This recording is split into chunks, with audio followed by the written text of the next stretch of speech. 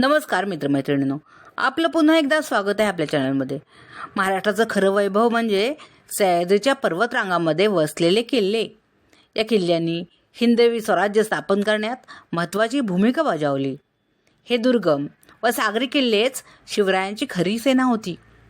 या किल्ल्यामुळे शिवाजीराजांनी चारही पतशाहांना झुंजले किंवा झुंजवले. महाराष्ट्रात आज मितीला 350हून अधिक किल्ले आहेत. पण या समृद्ध वैभवाकडे आपल्या सर्वांचेच दुर्लक्ष झाले आहे.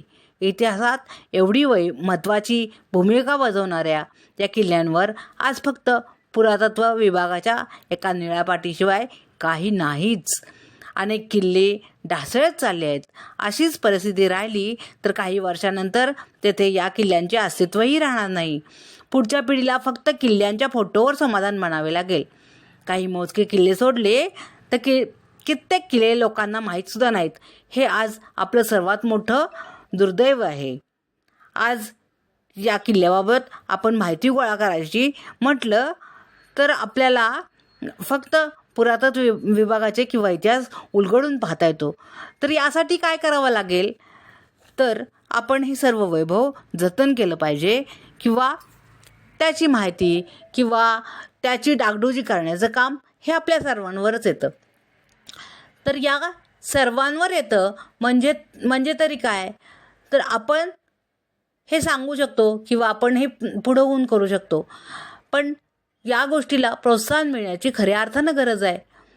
तर या गोष्टीला प्रोत्साहन कसं मिळेल, तर एक मार्ग आहे, जी आपली बालचमू आहे त्यांना यात रस निर्माण करणं किंवा त्यांना कितपत माहिती आहे या किल्ल्यांची किंवा साहसाची, छत्रपतींच्या साहसांची माहिती कितपत आहे हे सगळं आपल्याला बघावं लागेल. आणि ती माहिती किंवा ती गोडी त्यांच्यात निर्माण करावीच लागेल. अर्थात मीडियामुळं आपण आजकालची मुलं खूप दूर जातो आहे या गोष्टींपासून. आणि या गोष्टींपासून मीडियापासून लहान मुलांना दूर करायचं झाले तर गड संवर्धन करणं किंवा किल्ले संवर्धन करणं ह्या गोष्टी त्यांना समजल्या पाहिजेत किंवा समजावून दिल्या पाहिजेत.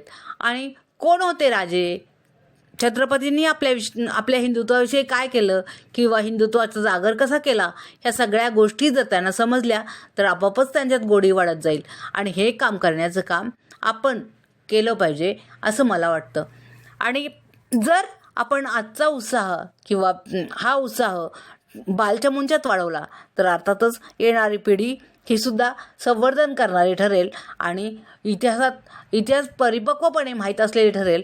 आणि म्हणूनच गडकिल्ल्यांचे संवर्धन करता छोट्यांना आपण जे दिवाळीत करतो ते किल्ले करताना मदत करणं किंवा त्यांना प्रोत्साहित करणं ह्या गोष्टी झाल्याच पाहिजेत.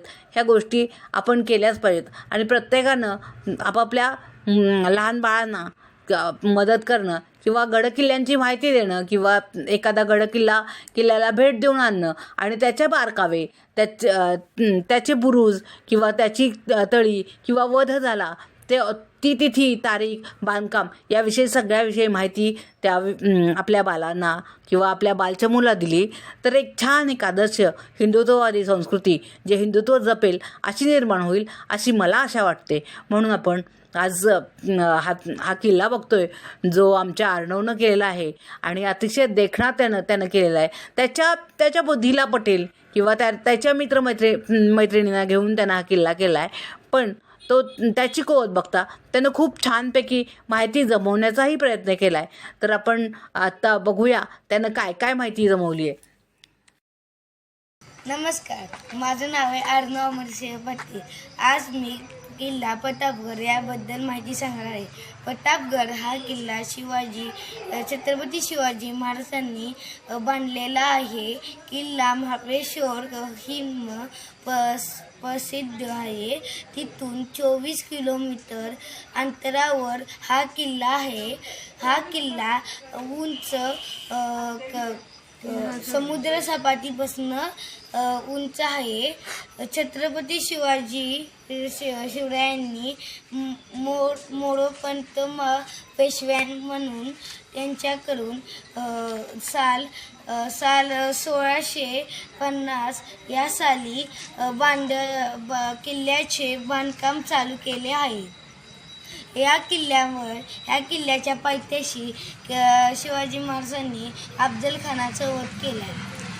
थँक्यू चांगली माहिती सांगितलीस. अफजल खानाचा वध केलेलं ठिकाण दाखवलंयस ना हे. हां. बॅटरी पाडायची. हे बॅटरी पाडते तर हम्म. ही करके जरा वाढव की एवढीच आहे.